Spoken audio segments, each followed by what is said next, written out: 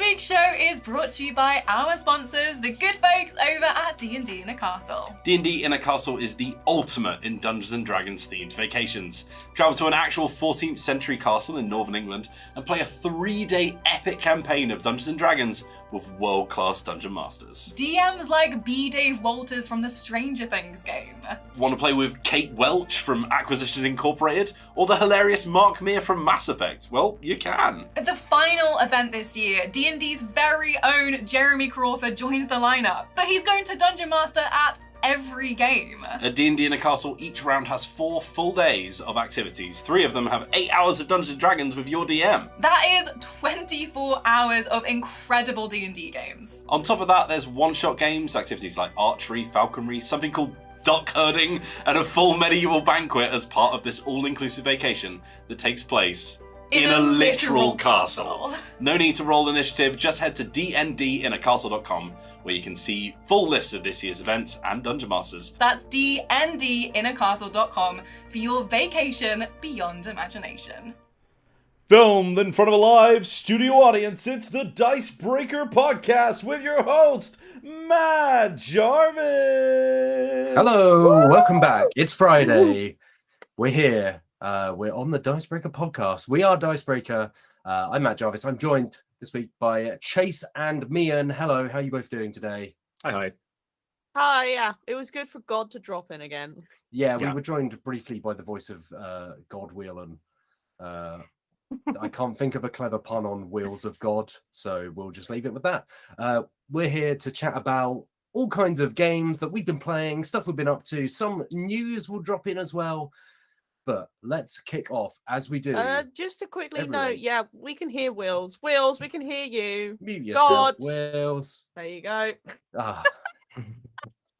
Always God just hanging around in the background, not speaking to you directly, but kind of speaking around you, etc.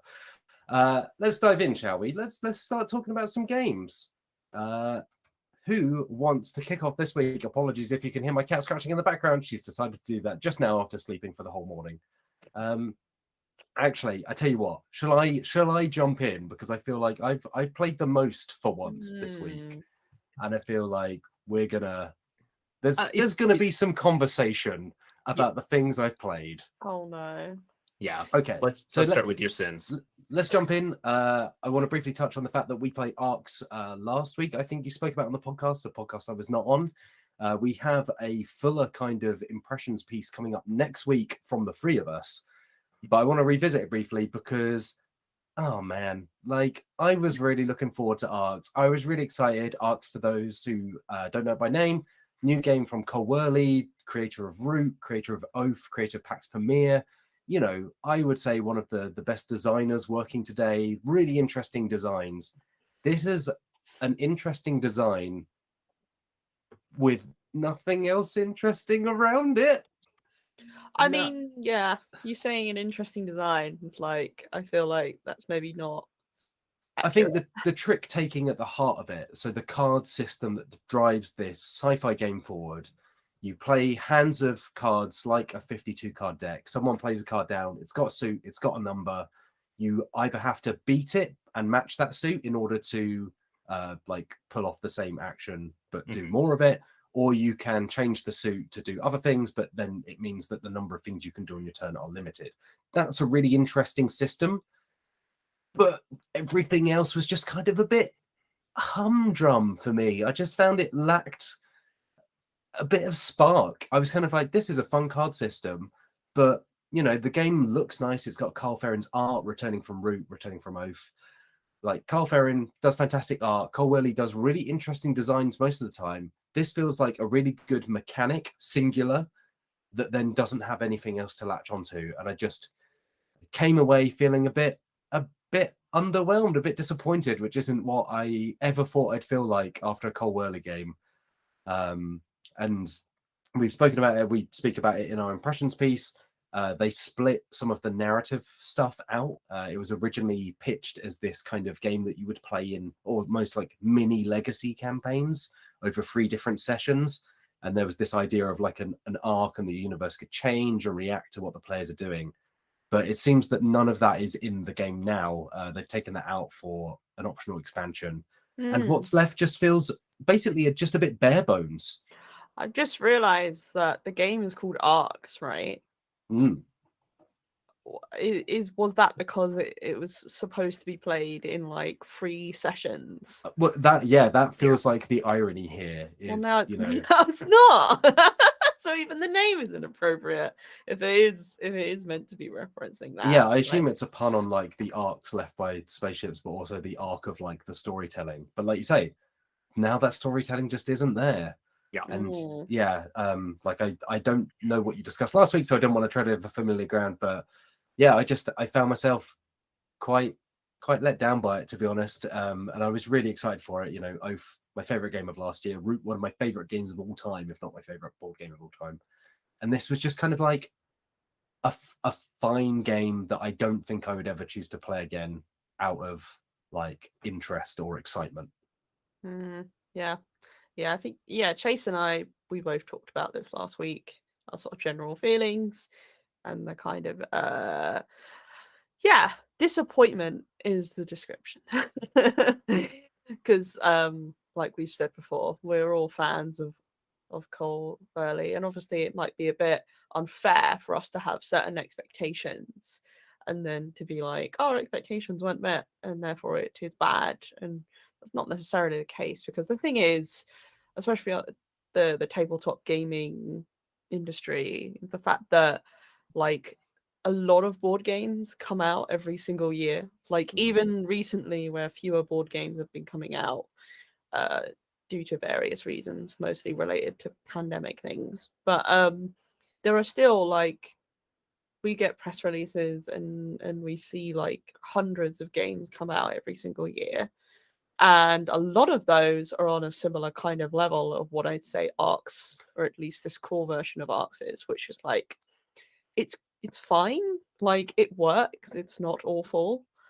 But when there are that many games that come out on a year-by-year basis, you really need to stand out to catch people's attention, to catch our attention. And the thing is, Arcs has that advantage of being Cole early game, being a later games joint, you know, that will catch people's attention, because Root has this kind of later games, and Whirly have this pedigree, I guess you could call it that, this like this almost semi-celebrity status in the tabletop gaming sort of community. So people will, you know, take notice of Arcs for that reason. But then otherwise, but if this was not a early or a later game joint, like you would play it and you'd be like, so it's another board game. You know. So I guess we do expect more, and when you don't kind of stand out from the crowd, then you just become another board game. Yeah, I feel like there's an irony in that if this had come out of another publisher, it would probably be the kind of thing where I look at it and go like, oh, that's kind of neat, like that's a really cool mechanic, and it would kind of be, yeah, like this seems like a fairly solid like sci-fi game with a cool trick-taking mechanic at the center of it. I don't even know if I would be that positive. Like, genuinely, if I separate it from the fact that it's a Cole early game and a later game, when I was playing it, I literally like I was so sort of tuned out as to what was happening. Like, it's the kind of feeling I get when I do play a board game that's very average. Like, I played a fair few board games that are very average, and like it often means that I'm going through the motions, but I'm not really like hugely engaged in what I'm doing. And yeah, the trick taking mechanic is definitely the highlight. But I think if this was a game that was not connected to any of those names, I would just be like, well, that was a game, put it on the pile. You know, I'm holding out this sort of expectation that we're going to be sort of like critically down on it, which I think it's important to contextualize that like our disappointment is that there is a lot sort of like there's a lot of potential in this game. I think we all sort of hit on like there's like the bones of a much better game here, and it might be that full expansion. Who can say? But I'm fully sort of like allowing the possibility that this game comes out and the general public latches onto it. And despite what we think, folks are like, heck yeah, good game, and it sells a lot of copies. Maybe it doesn't. Maybe the full expansion outsells this, and they're like, oh, we're never going to do that again.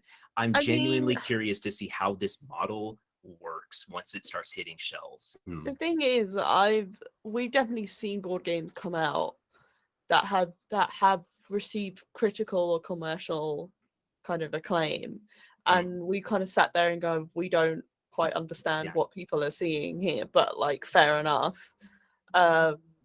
Yeah, I mean, you know, Catan is a prime example, but that's a really old game now, and there are plenty of games that have come out since then, but it continues to remain popular.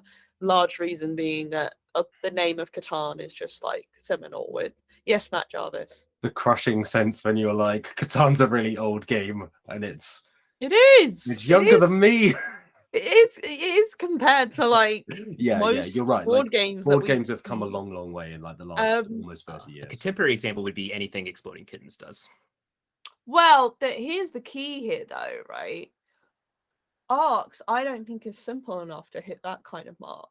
Like, this is why I'm not. Maybe I'm gonna eat my words, but like, I am not really convinced this game is going to do that well, because to me, it's like, it doesn't have the really simplistic appeal of something like Exploding Kittens or Azul or I was going to say like Azul or even Wingspan, right? It's like those are games that aren't mechanically simple, and I don't think Arcs is like, it's not mechanically simple.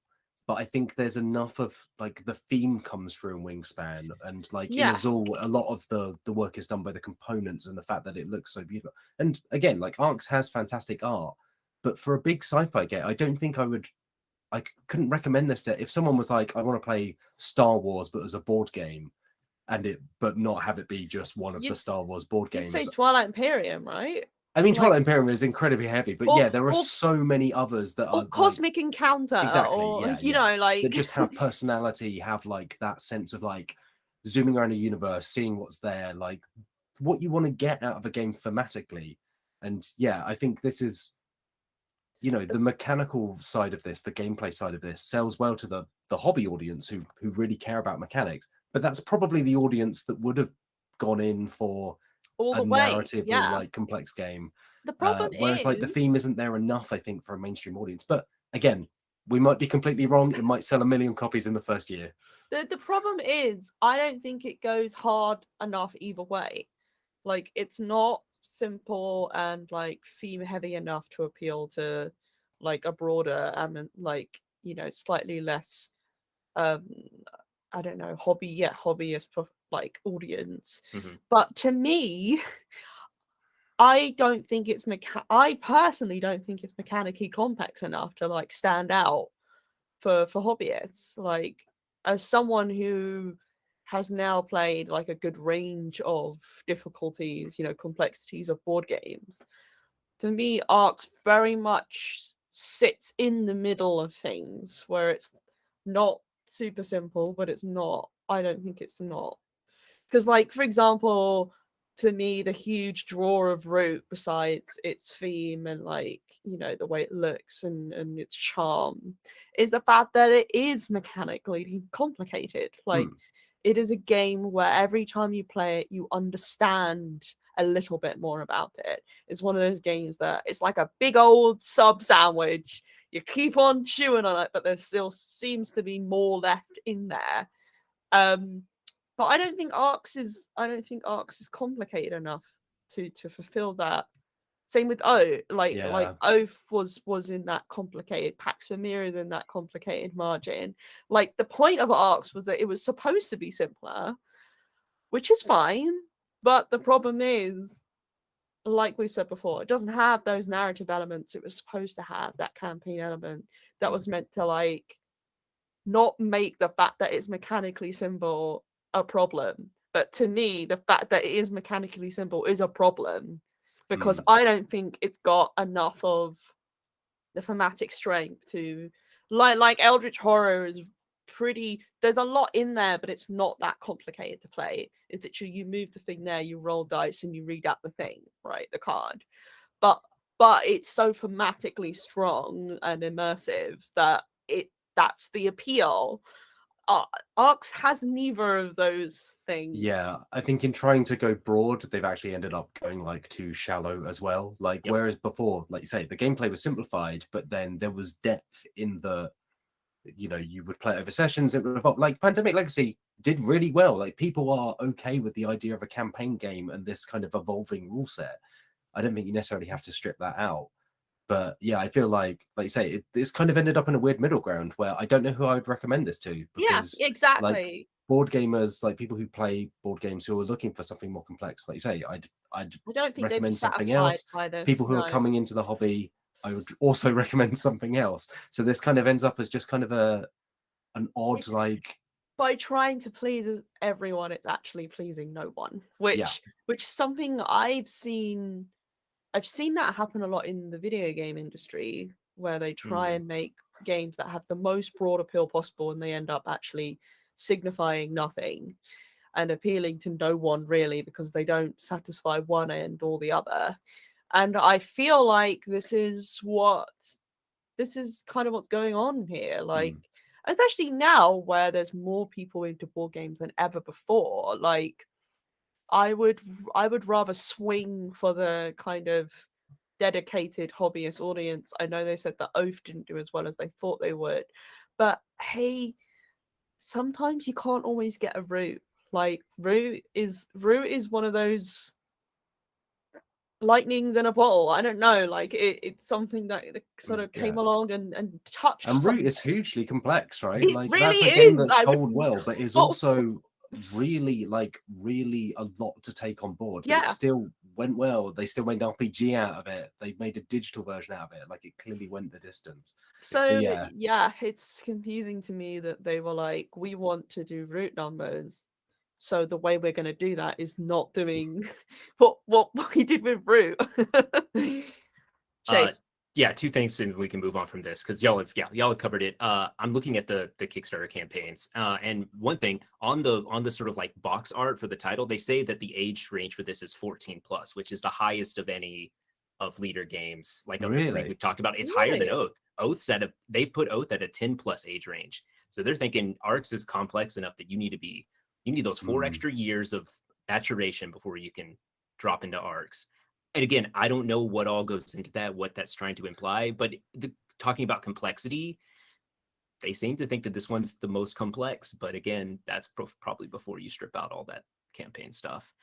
And then also another point here, Arcs had the most backers and sold and raised more money than anything else that Leader Games has done to this point. Like it raised about $400,000 more dollars than Oath and has the most backers of any campaign. So I think that we should not discount the Leader name, Whirly name, and Fair name enough, yeah, selling this game more than anything else. Again, like we might just be like the poo-pooing critics who will, put our bib on, grab a fork, and start eating crow once this game starts selling. And maybe folks are getting in with the hope of that expansion is part of that Kickstarter, right? The narrative. So maybe they are banking on, well, there's enough in this gameplay, and then the narrative will come in. But yeah, it'll be interesting to see. Like again, if they're making money out of it, if this lets them do the next big project, and maybe then they go a further step, then cool.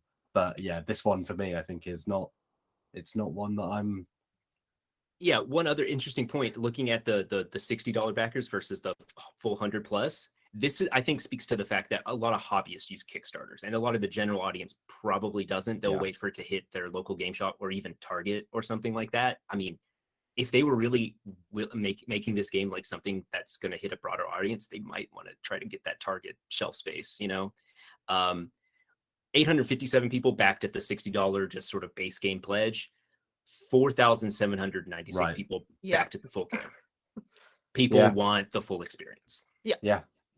But I guess no one knows if it will deliver yet, right? Like we played a demo on Tabletop Simulator, to be clear. So we were playing the digital version, like we were playing demo, but it was I believe that is, the base game, that is the mechanics fully in there. So yeah, and like we've also said, maybe even with the campaign, with the story elements that are in the base game, maybe it's still not that great. Maybe those parts don't make up for the fact that it's very mechanically simple. There are plenty of not great games that do well on Kickstarter, right? And Yep. yeah, Oh yes. time will tell. Not a measure of like true value. Yeah. But one last thing, and then we will move on. It is just the fact, and this is a very personal thing, and really it means absolutely nothing. The fact that this version of the game exists is still, to me, I'm still like, I would rather it didn't. I don't know, because it's like, if it is the inferior version, obviously plenty of people might buy it and be like, I'm perfectly happy, it's great. And believe you me, I am really happy for them, and I'm very glad that they like it. But I'm still like, artistically, if it's like compromising on a speaking, vision, it's like, right? you know, I feel like it's a loss. Yeah. I mean, shame on you, Cole Worley. I agree. No, And like, no, but it's not. You know, we don't. Yeah, know. no, I get what you're saying. Yeah. I think for my part, you know, I liked Root and Oath enough where I want to play that expansion at some point, but I don't want to pay to play that expansion. I want to just play it somehow, see if it does introduce that stuff back in. But you can read more of our thoughts next week when they go up on the site, so go and check that out. Other things I've been playing, because I've not been on in a couple of weeks, I played a load of Magic the Gathering a couple of weekends ago with some friends. Nice. They came over, we played a draft using the Unstable set, I think, which is one of the unsets. For those who aren't familiar, the unsets are, I think they've done like 5 of these now. They are cards that aren't tournament legal in Magic the Gathering, because they really throw ideas at the wall in a way that is very appealing to me. It's very fun. So, for instance, there are cards where you have to, when you play a card, you have to ask someone to high-five you. And if they refuse, you then gain, like, your creature gains haste. And it's called, like, I don't know, not high-five, I don't, whatever. It's something like that. And then there are, like, in-jokes, and there are cards that are just straight up broken at points. You know, they are just kind of wild effects that throw things all around the place. And so it would never work in, like, a strict competitive Magic the Gathering environment. But I think, for me, like, it's an incredible thing to play as a draft. So those who haven't played Magic Draft before, you open booster packs and you build your deck from those booster packs. So it makes the building of a deck part of the game, similar to something like Dominion, or, you know, like a deck building game. We also play with Modern Horizons, which is kind of like a greatest hits of cards from Magic the Gathering's modern format, and those packs are designed to be drafted. So and those were fantastic cards. You know, it really felt like we were seeing the best that Magic had to offer. Turns out, Magic the Gathering, really good game when you get down to it. You know, like, I think if you play it in the right format, if you know what you're going in with, and if you've got people with a similar kind of skill level, which is enough to know, you know, how to get things rolling and to enjoy the way the cards work together, and to enjoy the way decks can be built. You know, it really, there's a reason it's been popular for 30 years, right? There's a reason it's gone and gone and gone. Yeah. We also played a format that Jason Coles, our Magic the Gathering expert on the site, recommended, which is called Pack Wars, where you open a single booster pack and then add some land cards to it, and that's your deck. You don't look at the cards in that booster pack, you just play with what you got. And that's a really, really fun format. It's a good way also, if you've just got a booster pack, of seeing what's in there. Yeah, it's good. I think I'm a Magic guy now. I think it's finally got me. I think playing in the right environment adds so much to it. Like, we just had friends over here, we were around the kitchen table, you know, we just had people hanging out, music in the background, like, it was all good. It was good vibes, nothing too competitive or intense. And it was just like 4 or 5 of us just playing Magic for the whole afternoon. So yeah. Other things I've been playing a load of mahjong. Let's get into this. Yes, let's do it. I've wanted to learn mahjong for a long time and never really found a good app for learning it. And lo and behold, I found an app called Mahjong Soul. Caveat, it's got catgirls in it. It's this weird mashup of kind of not quite dating sim, because you don't really date. There are no, like, conversational things, but there are like, visual novel. Yeah, that kind of like art style, and you give gifts to people. And the cat girl that teaches you how to play mahjong, which is Richie mahjong, so it's the Japanese variant. She'll be like, "Here's how yaku work, nya," and that kind of thing, which is very kind of like, okay, what have I put myself in for here? But actually, once you get past it and you're actually in a game of mahjong, it's a really good mahjong client. There's not a lot of the cat girl stuff. You don't really see anyone sat around the table. Although I did play with someone the other day who had clearly coughed up. I think there are some in-app purchases, but they're not required. But they'd coughed up and they had like an actual cat paw that came in and placed their tiles. Good. But it does a really good job of making it easy to understand how to play mahjong, which is something I've always struggled with because there's a lot to that game, especially Rishin mahjong, where you have different yaku, which are like different win conditions, and you have to fulfill at least one of those in order to win. And if you don't, then like you have a penalty and things like that. It's just. Or is it just a quick question? Is it yaku? Is it hyaku? I don't know. It's yaku. So I don't know. I only read it. I do not hear it out loud. But yes, just because hyaku is like it's I believe 100. Is it 100? Yeah, because sen is 1,000 in Japanese. Yeah, hyaku is 100. So I don't know whether that has anything. Don't know. I don't know whether it's an abbreviation of hyaku. Maybe. So yeah, I think it's good. I ended up playing a whole lot of it last night and the night before that, and I've just filled my time playing little matches of mahjong. They have variants on there as well. They have one that's called like Skirmish. It's like Skirmish Bloodlust, which is where you just keep going and going and going, and you eliminate people around the table. Which is it's a fun way to just play mahjong or mahjong, depending on how you pronounce it. So yeah, I maybe go play mahjong Soul if you want to learn and play mahjong. Yeah. That's a good way of doing it, in my opinion. If you want a cat girl to teach you how to play mahjong. Yeah, and then you don't have to engage with that stuff past that, like you can just play mahjong. It's fine. Alex, it looks like it's yaku. It's like the two hiragana yaku, so no diacriticals there. Got you. All right. Okay, now let's roll through these. Chase and I played some games yesterday. Let's start with Fleet because it's the first one I've put on this list. Fishing card game. You get boats, you bid for boats, you place boats, you captain the boats, you get fish crates, you get a lot of fish crates. So many fish then crates. You turn those fish crates back into cards.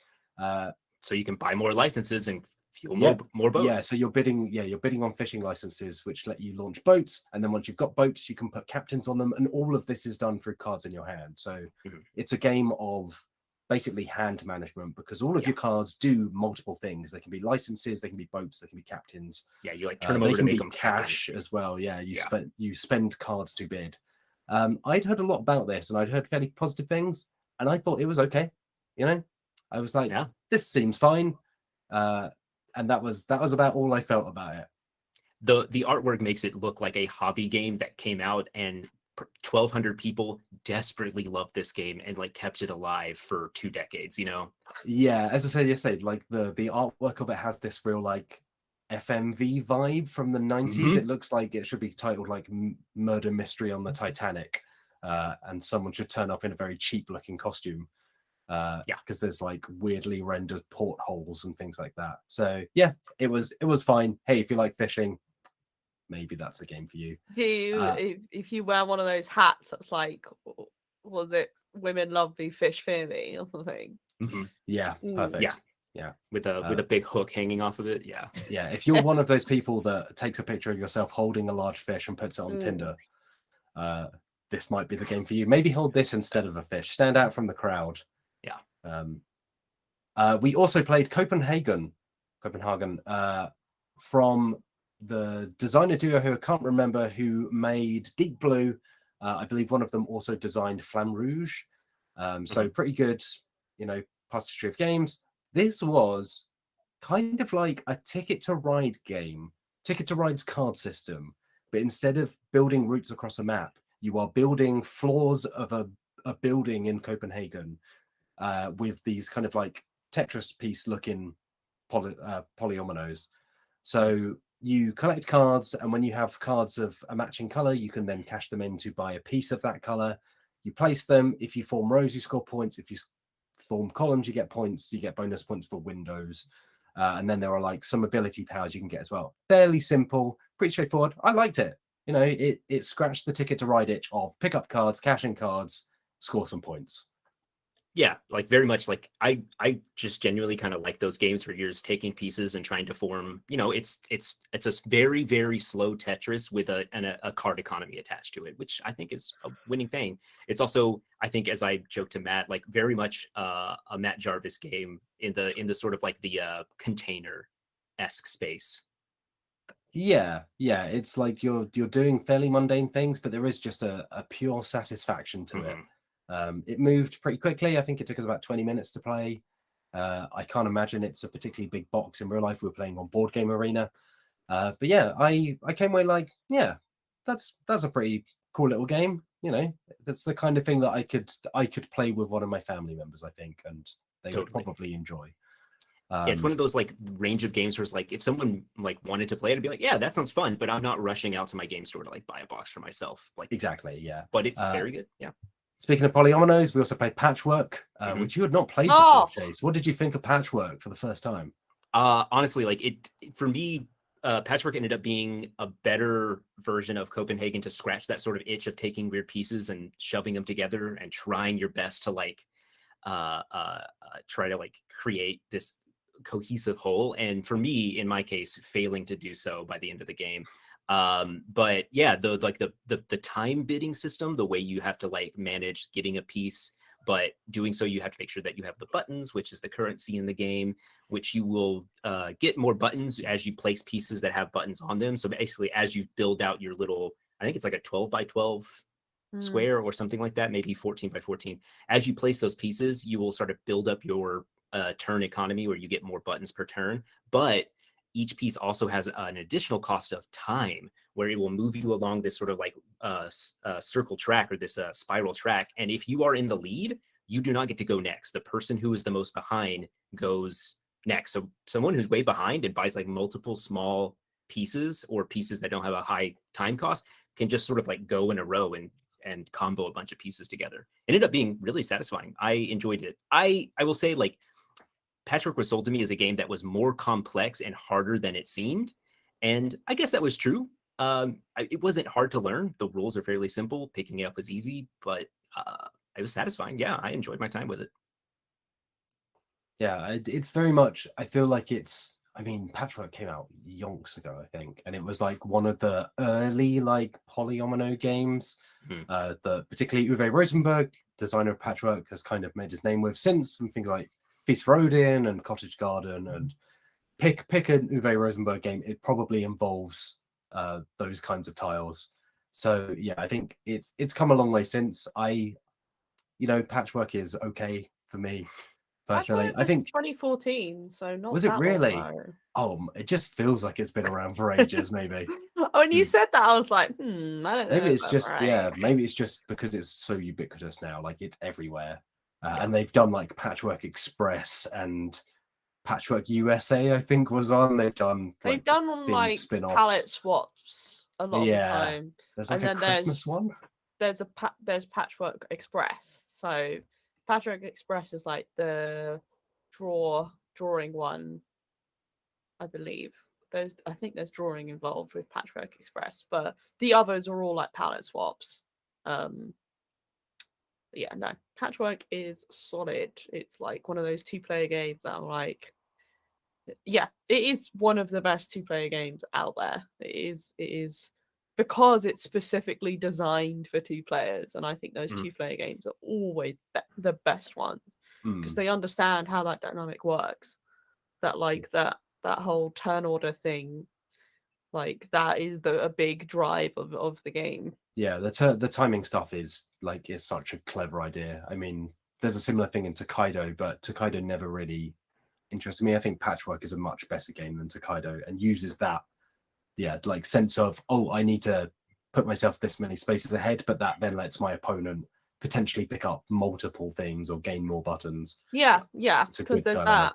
there's that positive and negative of it, right? Because like if you go further ahead, you're more likely to pick up those little extra pieces you get on the Yeah, the little time one by track ones, which as are well, which critical. can Oh, which yeah. can really help. And also like sometimes it's worth paying out more for a big old piece, right? That you want to cover, because covering space is also really important in that game, because you get minus points for every space on your board that you don't manage to cover, which Yeah. can really screw you up. So yeah, but obviously then being ahead means it gives your opponents more turns in one go. So yeah, it's a good and The other things we played, Downforce, which is a very good racing game, kind of in the vein of Camelot, I suppose, in very loosely. You bid on racing cars, and then you race them around a track by playing cards. And as you move around the track, you bid on which cars you think are going to win, and those don't necessarily have to be your cars. So you can kind of hedge your bets on your opponent's cars, and then if they win, they get money from winning, but you also get money from bidding on them. So there's like a fun kind of like, well, it's not always the best thing to just like push your own car ahead. Sometimes it can be beneficial to push someone else's forward. I really like Downforce. Downforce is good. Yeah. Like that was my first time playing Downforce as well. God, what a fun like little game. Like Yeah. the fact that you can control, like you can play cards that control the other players' cars, and you can run them into. We had like elephants and antelope and snakes on the board that were getting in the way that we had to like push down the track. Whoa. Yeah, you like Yeah, would I'd not pass played certain that track before. yeah, you'd pass certain points and they would like move down the track. So you could use those as obstacles. And like sometimes you'll play a card that's like, oh, your opponent's car is going to run 6 spaces ahead, but you're just going to run them right into the backside of an elephant and create a little blockade, and you just sort of zoop right past them. And the bidding mechanic was really cool because I ended up like spending more money on bidding and did not earn enough in the sort of rankings. Like I think you managed to grab like first, third, and fourth, and then I finished up. But you bid on the wrong car to finish. I bid on did your not. cars. Yep. Because you started so strong. I was like, well, I'm just going to bid all of mine on like the yellow car, which is in the lead at the time. Yep. And I think the yellow car came in like 4th or 5th overall. Right. So I got it like right near nothing. the end and then just parked it and left it there. I didn't know, but that's what I did. And I tripled down on my orange car, which ended up getting, I think, 2nd or 3rd place, which eked me out just enough winnings to pull off the win. So that like combination of like, it's just really fun to interact with the cars, but the hidden knowledge of like who's bidding on what, where are people like placing, because you don't have to bid on your car, you can bid on any of them, creates this like super fun, like you get to the end and no matter if you won the race or not, you might end up with more money and clinch a victory. It's very fun and took like I really like Downforce. 20 minutes to play. Yeah, it's quick and it's from Wolfgang Kramer, creator of 6 Nimmt and such. Like what a legend, very decorated designer of many years. Yeah, I was saying to Chase yesterday, this originally came out I think in the 70s as Top Race, and then at one point was like a licensed Niki Lauda F1 game. And then Restoration Games, which includes Rob Davio of Pandemic Legacy fame, they brought it back a few years ago. And I think it's one of the, if you just want a board game about racing cars, this has such a good blend of like the bidding side, the auction side, the actual racing side, that it's just a really good like crowd game. It's the kind of thing that's, you could bring out at a party, have everyone like be on a car each, and then have people gathered around watching these little plastic cars move around the track. It's really great. And the opposite of something like Rallyman GT, which we've played on the channel before, and is more like hardcore simulation, change down gears at the right time. And I just love, like, I think both those games are great, and they are just complete different opposite ends of that spectrum of experience. Yeah, it's like Gran Turismo versus Forza, or even like Dirt in video game terms, right? Yeah. The last thing we played was Tigris and Euphrates, or Tigris and Euphrates, or I never know how to pronounce those rivers' names. The Reiner Knizia game, the classic for about 30 years ago, I think is Reiner Knizia's best game. Reiner Knizia made many good games, the Lord of the Rings board game, Lost Cities, a bunch of stuff, literally hundreds of games. And he's made many bad games. Yeah, I think this is definitely among his best, if not his best. It is a civilization game boiled down to the basics. It's almost an abstract game in how kind of like stripped back it is. You place tiles and you have leaders. And when you have a leader connected to your civilization, every time you place a tile of that color, you score a point. So there are, I think, 4 different colors. They represent like military, farming, something else, temples, yeah, and the kingdom. Yeah. And the trick of it is that you score for each color individually, and at the end of the game, your lowest scoring color is your final score. So it forces this kind of balance, and that's all well and good, except that as you start to expand out your civilization from the starting temples, eventually they will touch other people's civilizations, and then you have to resolve wars between leaders of the same color. And those wars are absolutely brutal, because if you lose, all of your tiles of that color get wiped off. But then the leader that's removed from the board can then come back on and instigate revolts, which work in a different way, but have the chance of overthrowing the leader that's there. So it turns into this very cutthroat game. I think it is the kind of game that at points it can be quite hard to pull things back if you have a real rough time, particularly with more players. Like if people just crush out one of your colors because it's your lowest scoring color that is your final score, it's really hard to come back from that. It doesn't matter if you've got 100 points in green if you've got 4 in red, because you will be scoring 4. But I think it's a fascinating game. It's a really interesting design. It is, like I say, it is brutally cutthroat. And it's really hard to find nowadays. The mobile app that I used to play, I don't think you can play anymore. I don't think you can even download it anymore. This was on Board Game Arena. I don't think they've reprinted the physical game in about 10 years. And it's a real shame, because I think it's a stone cold classic. Hey, Restoration Games, y'all looking for the next project? Maybe ping Zedman an email, because they're not reprinting it anytime soon. No. Listen, I've talked to oh my gosh, I can't remember his name. Peter, I think it's Peter, the lead guy over at Restoration. Oh, Justin Jacobson? Justin Jacobson, yeah. Not Peter at all. Sorry, Justin. And he said like licenses are often the hardest part of getting these projects off the ground.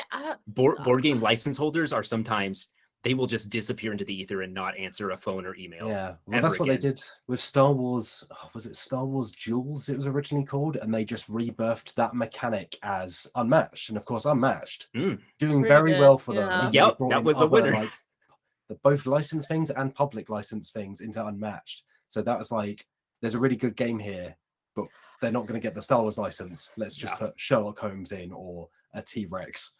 I was going to say, I think Tigris, I'm pretty sure I've seen Tigris and Euphrates as a Fantasy Flight game. Yes, so it was Fantasy Flight, and then I think it got handed to Zedman, because Zedman is also part of Asmodee. Okay. And they, I think, did a very short print run, and then it ended up in the Asmodee behemothhic. Yeah, I can see it as that slime sort of rolls through the industry. Maybe Zedman just never reprinted it. Maybe they were going to. And it got cancelled. It surprised me that it was under the Fantasy Flight license, because it doesn't feel like that kind of game. Zedman feels more appropriate, but it's interesting how just like how Stonemaier got their hands on the Libertalia, the publisher just couldn't be bothered just didn't want to renew the license, so they just went directly to the designer and was like, could we have the license please? And they were like, yeah, sure, you go. And Knizia made a spiritual successor to Tigris and Euphrates called Yellow and Yangtze, and that was published, I think, through Grail Games. I may be getting that name slightly wrong. I think there were a number of studios called Grail something or something. There's Holy Grail Games, but and there's it wasn't Games. Holy Grail. I think it's Grail Games, but that was the studio, if I'm remembering correctly, that Knizia had a falling out with and pulled all of his. Yes, he did. He all has of had his a falling publishing out rights with back from them. Games. So You're right. It is through Grail Games. It is Grail Games. Yep. I think that Knizia might now have Yellow and Yangtze in his possession. Yeah, and I think so. It's also a fantastic game. It's basically Tigris and Euphrates, but with hexes instead of squares.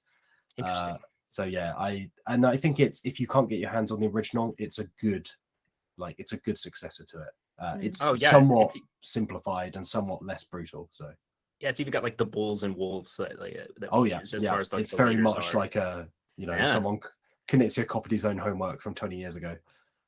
I mean, out of all the games we played, Tigris and Euphrates is the one that I'm most excited to like get my hands on again, just because like it's just crunchy enough to get you thinking like, Oh, if I know what I know now, I would have done that turn 3 differently, and like it would have changed everything. Like the revolting mechanic is just, I think that's just like so smart because wars are destructive. And if you lose a war, and I lost 2 wars in a row, sort of towards the mid game, because I bet hard on you not having certain tiles in your hand, which you can sort of play out to support your war effort. So that's the hidden knowledge that makes war kind of chancy. And you had tiles on hand. You, in fact, you claimed that you just drew them, but who knows if Matt Jarvis I did genuinely just draw them. Well, Like, Sneaky if Matt you'd attacked me Jarvis. one turn earlier, you would have absolutely wiped me. Sure. Thank you for patting my ego that way. But like I ended up like losing a lot of tiles, and like you said, it can be very difficult to come back. But Revolt is a nice mechanic where you can just sort of come in, and if you have enough support, which I think is through like your temples or whatever, you could just sort of co-opt and just oust the leader. All the infrastructure remains, and then you force your opponent to have to rebuild instead. It's dicey, but that mechanic is there, and I think that just makes it the late game becomes a very interesting sort of like tug of war between the people in charge, which is cool. Yeah, it's a great game. But yeah, that's everything I played. It was quite a lot. Like I managed to play quite a lot over the last 2 weeks. Mian, would you like to chat about Thirsty Sword Lesbians? Yeah, it's the only thing I've played. Yeah, I'd love to chat about Thirsty Sword Lesbians. So this was a role-playing game that we actually played yesterday. If you're watching this live, we played it for a stream that we did in honor of Pride Month, which is still for a few more days, although it is technically Pride Month every month. But yeah, we did it to raise money for Mermaids, which is a UK-based charity to help support trans youth. And we managed to go over our goal, which was fantastic. We raised over £1,000 for Mermaids. Heck yeah. Thanks everyone who joined us for the stream and donated. I believe the donations are now closed. I believe they closed at 12 o'clock. Yeah, but hey, go chuck Mermaids some money if you haven't already. Just send Mermaids money otherwise. And so yeah, we played it yesterday. Liv was GMing. She's a wonderful GM. Excellent. And I played with Wheels and Maddie. And this is a Powered by the Apocalypse game, so it's built on the same system that Root RPG is built on, that Avatar Legends is built on, a number of other games. It's increasingly becoming a popular system that we're seeing more and more, which is great because it's an alternative to Dungeons and Dragons. So, and it is a system that can be used really well as long as the game that uses it understands that they can't just flap on like a cosmetic thing. It needs to like use the mechanics at hand. I think Thirsty Sword Lesbians does it really well because this game is very much going. I mean, the description is like, you are disaster lesbians. Like, that is the perfect description of what this game is. It is gay melodrama. It's like full on extreme. Like,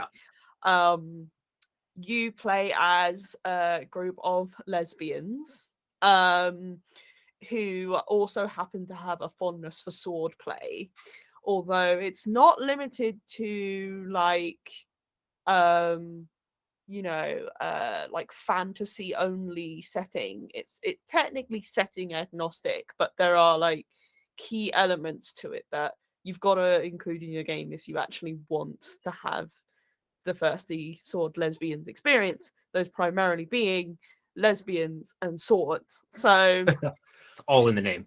Yeah, it's very descriptive. So the level of thirst can vary, I suppose, but swords and lesbians, they gotta be there. Yeah.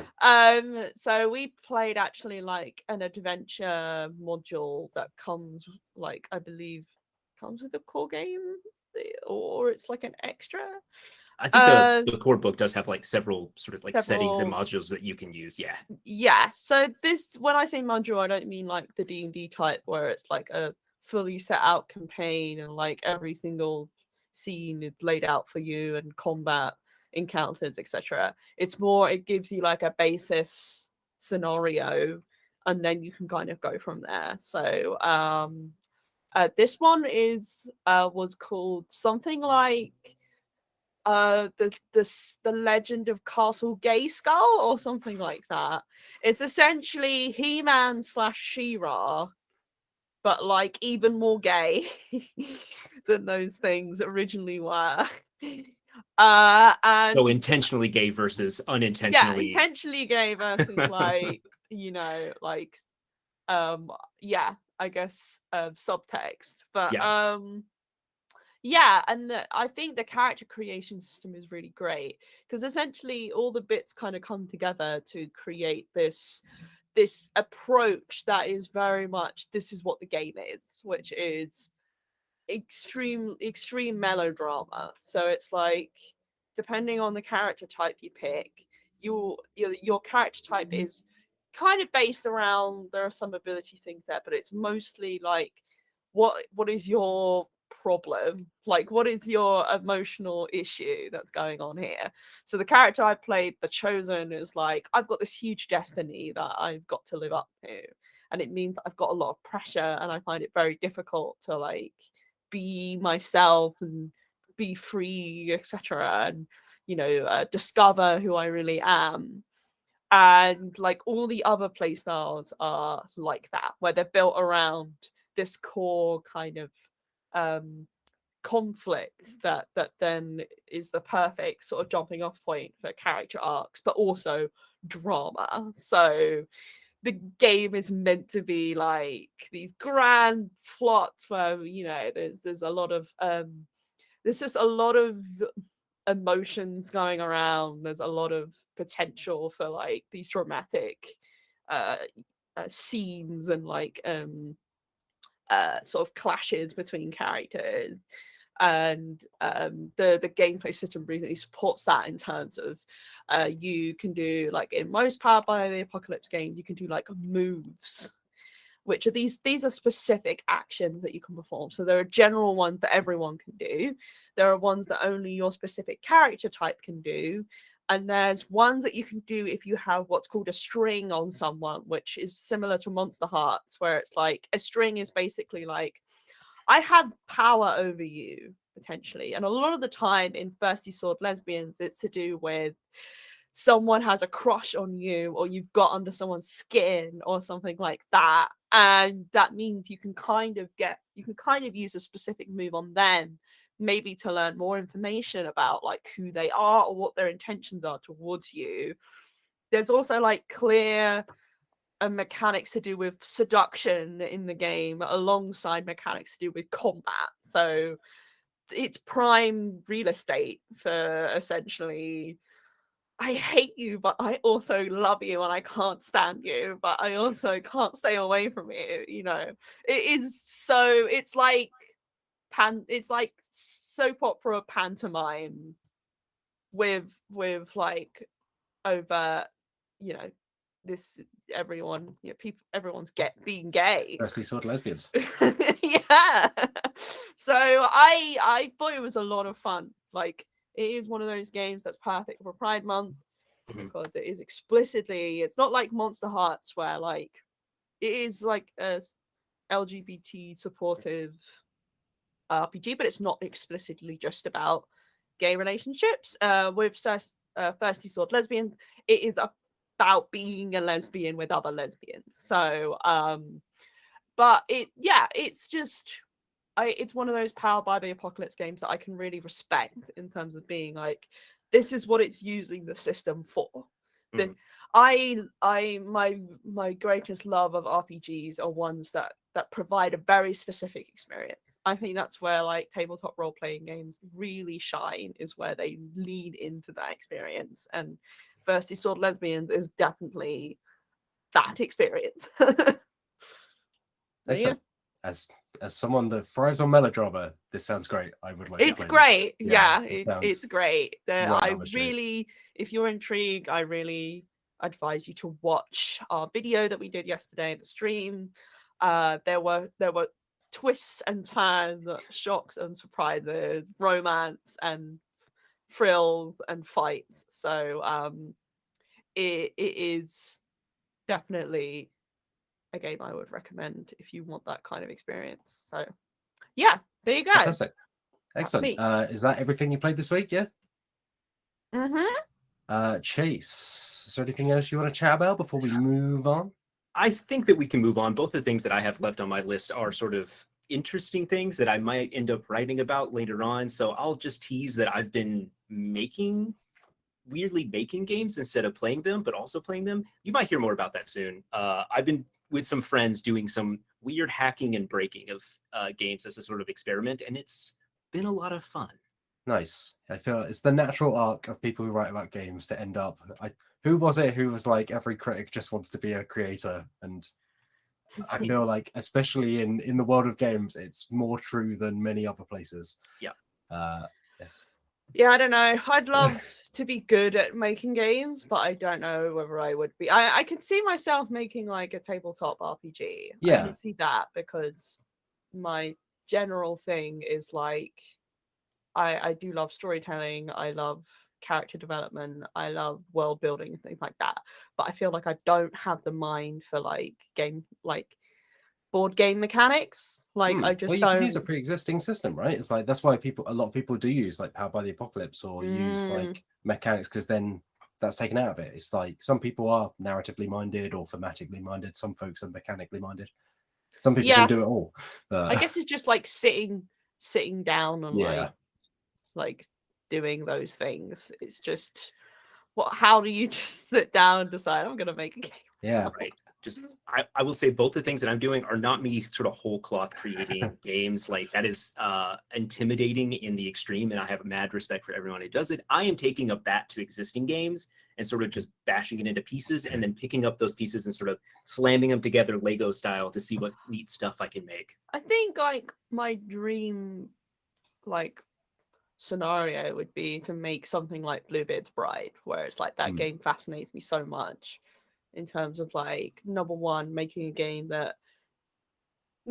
essentially a game that is based on like my nerdy love for like literature, but also making a game that's like the mechanics are based so strongly around like the themes and the intentions, which is why I think if I was to, obviously basing it on an existing gameplay system helps with like, you know, not having to do as much work, but it's also the case of, I think it's just so easy to just slip into, this is just a cosmetic thing. Yeah, like, it's just a skin over the top. Yeah, I just, yeah, like I feel like the best TRPGs for me are ones that the mechanics reflect the themes and the approach of the game.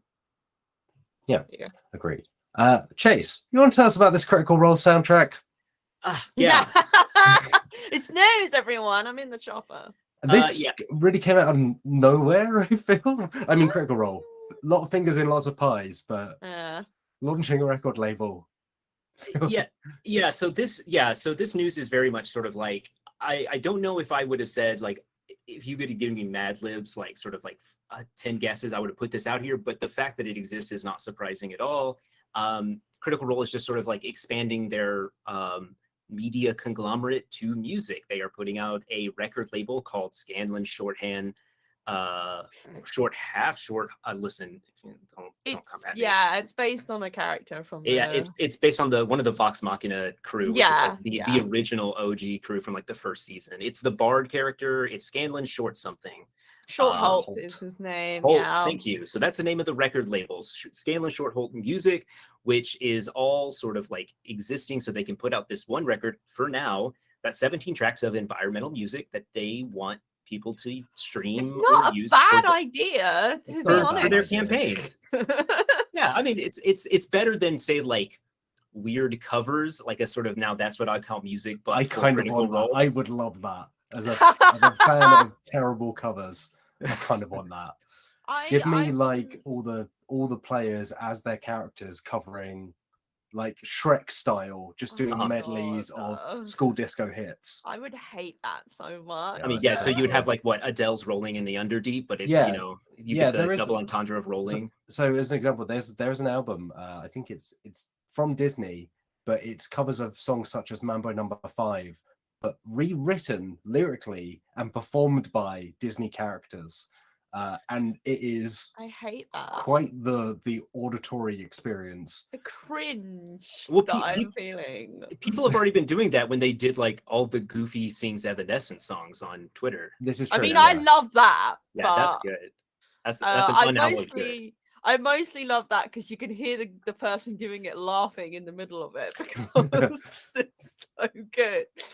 But no, what Matt's just described is awful to me. And I think if you locked me in a room and played that through like a speakers, that would be my idea of like a personal hell. Like you're scratching at the walls to try to get please, out. I'm gonna melt from cringe. No, what they're doing is, because to be honest, I do love a good soundtrack for an RPG campaign, like, and professionally produced music for that purpose. Stuff that doesn't like loop in a way that's annoying, like video game music and stuff. I feel like that is pretty sweet. Yeah, and they have like professional composers. There's like 6 or I think there are 7 total composers involved with the project across the 17 tracks that you have on this album. So they did not sort of like say, oh yeah, we can do this. They reached out to professionals within the music recording industry and found composers and producers to make this. So I have not listened to it personally, but I bet it's some high quality stuff. And yeah, I agree with Alex. I personally think music is like a really critical part of like setting a tone for your campaigns, especially if you're going to do something that isn't like the sort of like high fantasy that most people expect out of tabletop. Like, you know, if you're going to play alien RPG, like put on some like really like metal clanging weird spaceship sound. I've made music. Some playlists for like horror playthroughs, like RPG playthroughs, and I find that really enjoyable because like I've made one for a sci-fi horror like playthrough, and I've made one for a like turn of the century style like horror playthrough, and I feel like it is actually kind of an enjoyable thing to do, but also it still takes time, and sometimes you just can't quite find the right bit of music, and sometimes it doesn't feel holistic because like I'm taking a track from like a 1980 something like PC game, and I'm also taking a track from like a generic, you know, like jazz 1920s playlist, and they don't sometimes, you know, like flow into one another. Whereas if you're getting it from the same creators, the same composers and everything, like they certainly fit. I imagine. I agree. I think there's like experience. Yeah, like making this stuff just more accessible for people who are looking for this kind of thing is only a good thing, right? It's like, yeah, like if this gets more people to enjoy and immerse themselves in RPGs, like that's a good thing overall. So yeah, and like you say, I haven't listened to this either, but you know, Critical Role has good production values. Like they seem fairly, you know, like they're somewhat in it for the love of role playing. Also the vast amounts of money they make, but but they are a professional company with many different media arms now that just really loves role playing. So that is just sorry y'all, that's a hard truth. I mean, when I saw the email for this, at first I laughed because I thought it was going to be what Matt was talking about. Because I mean, maybe that will come. Maybe that will come in time. Because they've done music tracks that they play at the beginning of, for their introduction thing that they play at the beginning of every show, like a television opening credit thing. And I'm gonna be entirely honest with you, like the production is great, they're really excellent, like singers, everything. It still makes me cringe like so much, and it's just because to me it's just a little bit of a step too far, like in terms of they're going really hard on this. It's big theater kid energy to do that, right? Yeah. And some people love that, and I'm like, that's great. Yeah. But I always skip through that because I'm like, Some people can it's feel their skeleton embarrassing. pulling out of the back of their body. Yeah. So when I saw the email for that, I was like, oh no, have they like done a load of other songs for this? But no, luckily it's a soundtrack thing, so I'm highly on board with that. And it's like based on the first like sort of continent in Exandria, their world. Like it's called Welcome to Tal'Darai, so it's like it's all music inspired by like locations from that. So I imagine that they'll do others because they've explored more of that world through their season 3 is on a whole different continent. Exandria Unlimited goes to weird other places. So I'd expect more albums like this in the future. Yeah, I would love as well if, you know, like there are loads of folks out there that make loads of fan content and community content for Critical Role. If this becomes an actual record label and they're able to have obviously the proper full stuff that is from the Critical Role folks and big name composers, but also have some of those like smaller releases, like folks just making stuff inspired we'll by... see about that. They're very the problem is they're very protective of the brand. Yeah. Which is why they've done things in the past to like try and quash people, fan artists and stuff on Etsy. Yeah, and they other have places. very carefully written rules around community content, right? Basically, where they're like, people can't make basically if someone's making money off something to do with them, they want it like under their umbrella, not separately. Yeah, and I think they've clarified things of like trying to not be. They were like, oh, we don't mean like really small creators who are just making, you know, really small ones like, that are just like on Etsy and they've got a few art prints. It's more like if people start. You can make beer money, but don't be a real competitor to our business. Basically, legs. Like copyright stuff is difficult. If we can sell your license, please pay for the license. I will say, not to give them credit, but in the US, copyright law is such that like you have to show due diligence that you are protecting your IP, or a court will just like not follow you. It's like the Nintendo thing, right? Yeah, I mean, even Nintendo is a bit too like the. Oh yeah, this is getting way off track, but really they are that one guy, that one hacker or something like that. They are sending him to jail for he's just a dude on the internet. They got a real Iron Kurbo shoe on that stuff. Like, oh yeah, Miyamoto's like. Miyamoto's out with a baseball bat breaking kneecaps. He said, you know how like Reggie left. Like Reggie didn't leave. He's just in a different department now. He's in the like Miyamoto's breaking knocking legs down department. Every house that's got a picture of Sonic and Mario kissing in it. All right. The other story I pulled. Let them have their love. Kiss. Can't stop that. Sonic's got to go fast. Mario does his thing. Jump. He jumps. He jumps. He jumps into Sonic's arms. Yeah. The other story I pulled this week is a fun one. A fan on that one wasn't over on Reddit. I don't know how to pronounce it. Their username is YROLC95. They created full D&D 5e conversions for the main demigods from Elden Ring, and it's a pretty impressive creation. So they've kind of taken the D&D like stat block like page format, and they've done this for, like I say, all the demigods. So it's Morgoth, it's Radahn, it's Moog, it's Ricard, it's Godric, and it's Melania, she of Let Me Solo Her fame, and crushing the hopes and dreams of many an Elden Ring player. So yeah, I think this is, we see this around quite a lot. There are some pretty good conversions of people just bringing other like characters or other concepts into D&D, into RPGs.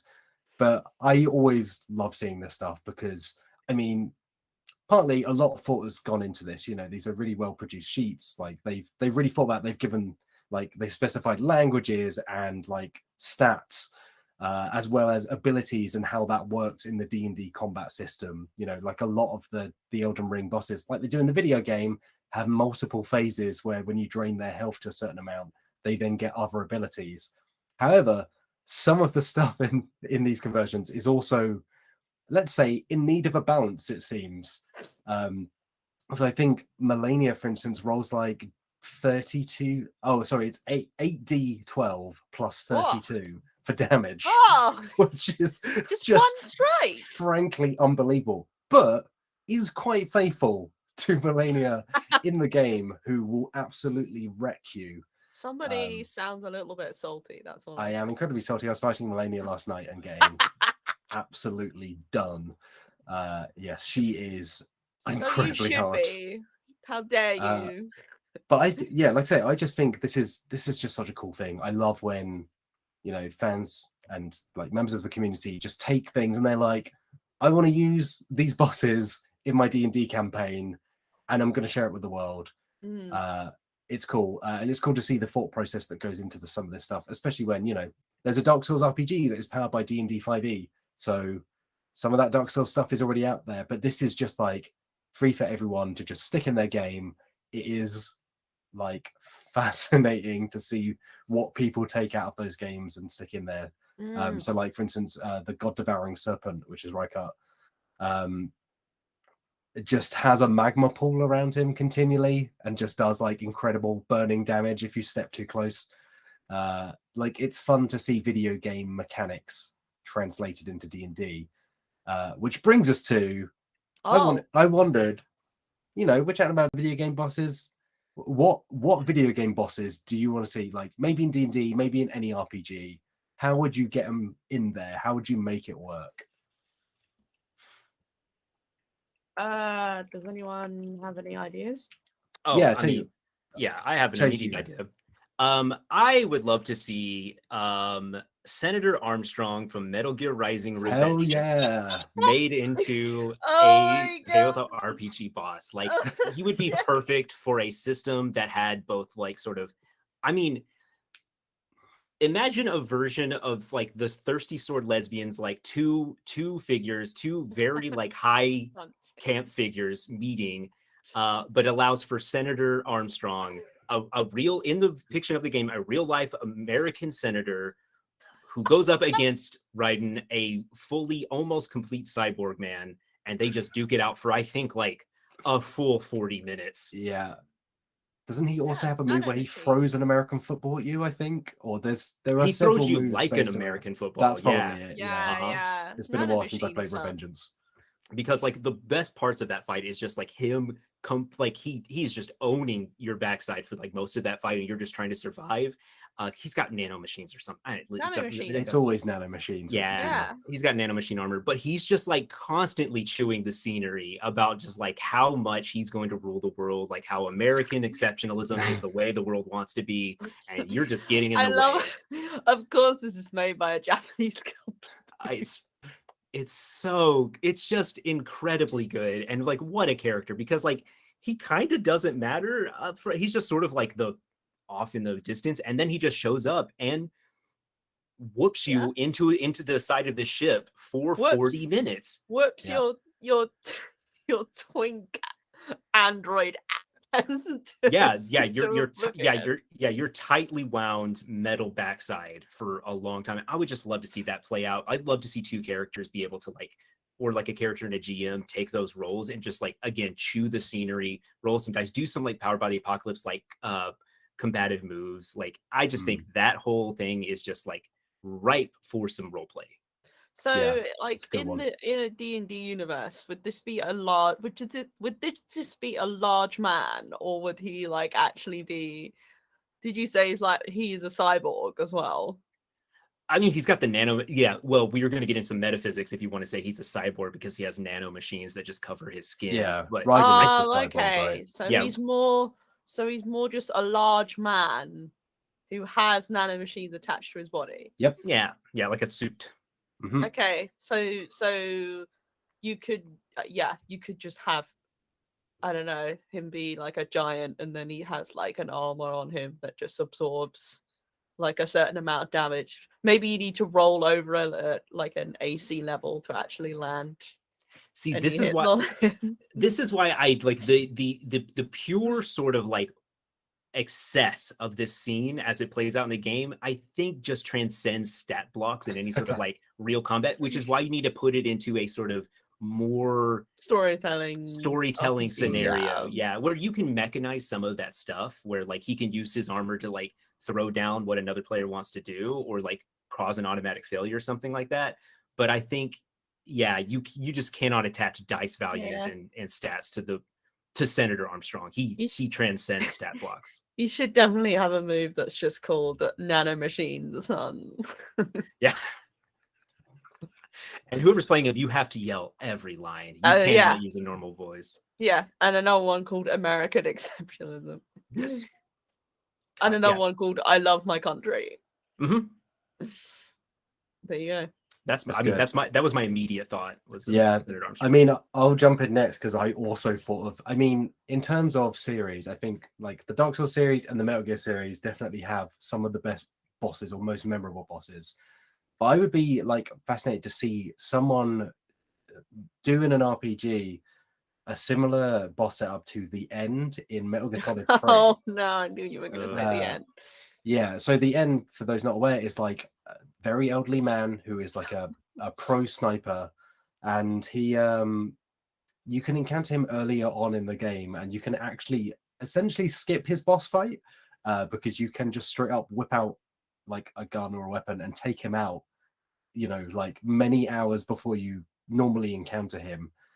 And I think that would be cool to like lay out in an adventure somehow of like the players don't know it at the time, but they actually just happen to pass Technically, by. you like a could big do bad. that with Yeah. any character, really. Yeah, that's what I Like, mean. Yeah, but I think as a concept, it's just something that you don't often see, right? You build towards a boss encounter, and then the boss is there.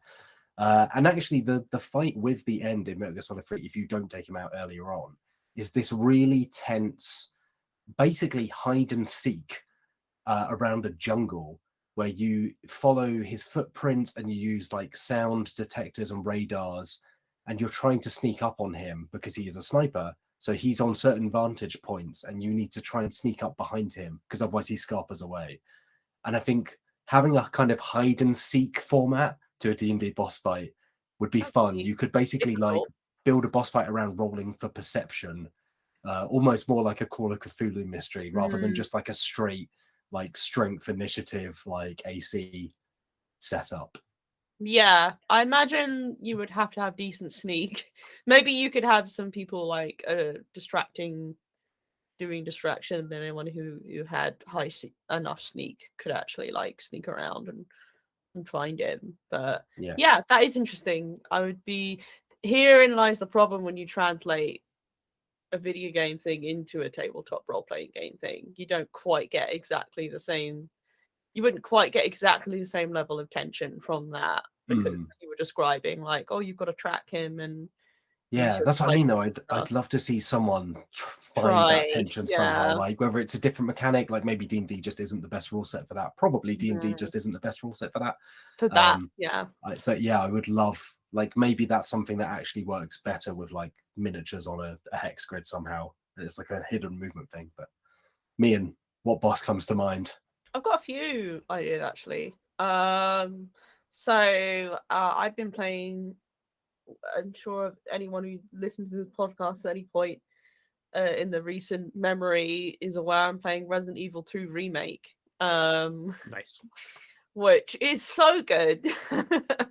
And also I hate it.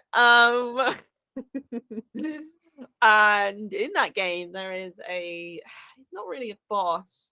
There is an obvious boss, which is William Birkin, but William Birkin's fine. You actually have like full-on boss encounters with William Birkin, and some of them differ depending on the scenario. But he's very much a fairly straightforward. You run away and you shoot. Pro tip: eyeballs. That's a classic. Shoot the big glowing eyes. Shoot the big old eye in his shoulder. But there is a creature he's called a tyrant, but he's known as Mr. X. Rather more colloquially, the man himself. The man, the creature, the I mean, the yeah, legend. Hat. Yeah, big hat fan. Yeah. And at one point in the game, he begins following you around the police station, and he's very scary and very big. And you can't really defeat him in, like standard terms of if you just shoot him, he'll go down a little bit, but he will just come back up again. It's more of the case you've just got to keep running away, and then you can have an opportunity to kind of take him on later on. But I would be interested to see how that would translate into a role-playing game where you are in a situation. Again, D&D, as we've probably said before, might not be the best example to use here, where you're being pursued by this being that is basically, for most of the time, immortal, or like, what's the other word? He can't be killed. And then the aim is not to necessarily just defeat him through like combat, but through like, luring him into a trap, or finding an area that they can't get to, or like just doing what you need to do while trying not to be punched so hard that you fall on the The floor. bit like when he stands behind doors and you walk through the door and he's just like whoomp. Punch He's like a that. terrifying figure. It's You I would can- like Yeah, you can hear, and like, can you imagine like you're doing a puzzle or something in a role-playing game, and the GM's just sat there while you're doing it, and then suddenly the GM says, you can hear a noise, roll perception, and then you like roll perception or whatever it is, and then they're like, oh, I got a high enough score, and they're like, there are footsteps, very loud footsteps coming this way, and then the other players are like, what is that? Do we know what that is? And then there's like, oh, they're getting louder. And then every time that they encounter them, they know as soon as they start hearing the footsteps, they're like, oh no, we need to go. That was one idea I had. There is something called a Doomwake giant in D&D, but that's huge, so I think that might be a bit too much. But other ideas I had were in the Legend of Zelda Twilight Princess specifically. There is a boss. This isn't really a spoiler. You fight Ganon, and he's You like always a big. fight Ganon. You always fight He's Ganon. always Not in hanging around. every Zelda game, but pretty much everyone. And there's this one bit where you fight Ganon, and he's like a big old. He's like a giant boar, basically. Which I think is really cool. I mean, in that game you fight him as a wolf, so it's a little bit different, but it'll be interesting to see how you would take down a creature like that. Another like Ganon example is in Wind Waker. There's a boss called Puppet Ganon, which is really cool. I love the design of that, and it basically puppets different bosses that you fought before. And that's like a classic sort of Zelda-like thing where you fight bosses you've fought in the past. But that would be interesting to see in an RPG. You'd be like, oh, do you remember when we fought that guy? Like, we need to apply our knowledge and everything we did then to like now, or any mistakes we made then we've learned from. Yep. And the final example is in Hades, which is a really good game. There is a Hydra boss who's not like the most difficult of the bosses, but it's randomly decided what type of Hydra you're fighting every time because it's a roguelike. Every time you start a new run, the game's like, oh, you're going to be fighting this Hydra this time, and like some of them are like they spit out fire-based projectiles. Other ones spit out like icy ones. Other ones do this like, I believe there's one that shoots out little stone projectiles and things. And also it summons like loads of little hydras as well that pop up, and you've got to destroy them before you can damage the main hydra. And like I can see that in a D&D game, definitely. Maybe you encounter the hydra more than once, and it's like, oh, but it's different this time. It's like it's resistant to fire but weak to ice or something. And then you got the little minions that kind of pop up. You got to manage those. So yeah, those would be the bosses I would come up with. And then the worst boss possible would be one from Skyward Sword that I hate so much. I'm trying to remember what it's called. Oh, the big black guy. mouth. Big guy, yeah. Big Yep. guy who you fight like 4 times and he's Yeah. awful. And he's part of the reason why I don't like that game very much. One of many reasons. Zelda made me think that fighting like a shadow version of yourself, like Link That would be sometimes does, cool. would be That's would be pretty- quite I'm pretty sure that's interesting. Like, happened. oh, probably, yeah. You could just mirror someone's stats. Mhm. And the other one I was just thinking, which actually now, it's in Final Fantasy IX. There is an island you can go to, and there is an enemy you can encounter, and it's basically a quiz master. And it, instead of attacking you, it asks you questions, and you have to answer correctly.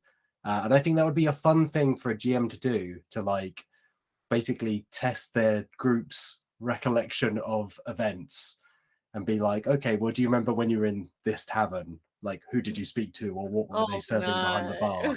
And Who then took maybe there can notes? be some kind of like thing out of the back of that. I just think, yeah, like essentially encounters that avoid combat and find inventive ways around it, I think are always fun.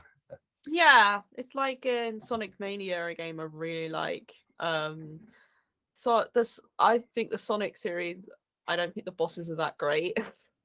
They're either really easy or they're really hard, and they're rarely in between. And then the 3D ones are like, yeah. But in Sonic Mania, they do some fun and interesting things of like the history of bosses from, you know, the Sonic, particularly 2D era.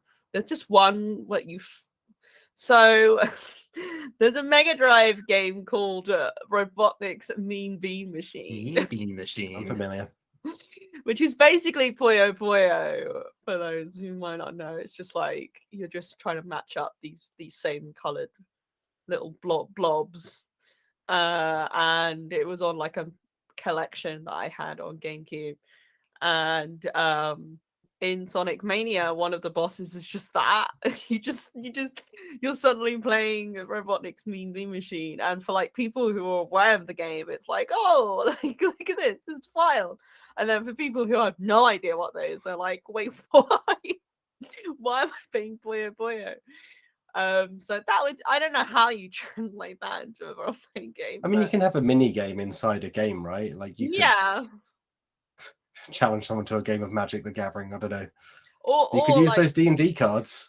yeah, Oh my or you God. could literally like pause the you could pause the tabletop role playing game and literally set up like Puyo Puyo on the TV. play Right. that. Or like a game of Because Azul or something like that. not really yeah. the RPG anymore, I guess. That just reminds me of a card. This is not related to the little skip, but are y'all familiar with the card Scheherazade in Magic the Gathering? I know of it by name. Heard of it, yeah. It's an old card, and what it does is it pauses the game of Magic the Gathering. That's it, yeah. You take your card. I think it's your cards in hand and your graveyard. You shuffle that into a new library, and you play a secondary match of Magic the Gathering. And whoever wins that game, if I remember correctly, gets to shuffle everything like back into their library and like draw, and everyone else has to just discard or exile the cards. And then you go back to your main game. Yeah. For some reason, they banned that. Yeah, they banned that. I wonder why. I wonder why. Yeah. Matt, do you have any more? Because I have a couple of thoughts. Oh, yeah. No, you finish this up quickly. So like thinking about, like you said, like you wanted something that sort of like co-ops the year or like undercuts the normal, just sort of like do damage to boss. Something like Shadow of the Colossus, I think, would be really cool that's a in great idea, D&D, yeah. where you need to, all the characters need to work together and use their non-combat skills to basically get to the point where they can damage a boss. It'd be a great way to signpost because these things are massive. You can see them coming. Everyone has to work together. You can have like help abilities and like sort of like skill checks and different challenges to basically just to climb to the top of whatever this boss is in order to do some damage. And I think it's just a very cool for DMs that are like more environmentally minded or have characters that aren't exactly equipped for, you know, battling huge monsters. You can reward those skills. But something that is very classic D&D is just any monster from Dragon's Dogma.